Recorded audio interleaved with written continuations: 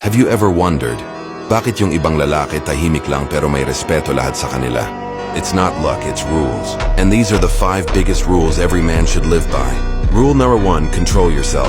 If you can't control your anger, your lust, or your impulses, someone else will control you. Rule number 2, stay disciplined.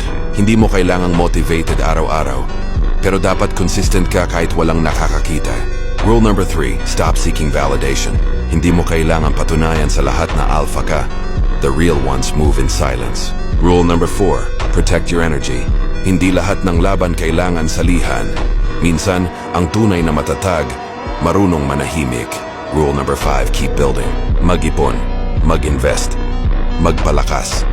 Physically, mentally, financially. Kasi sa dulo, walang tutulong sa'yo kundi sarili mo. Remember this. Real men don't chase attention. They earn respect through actions.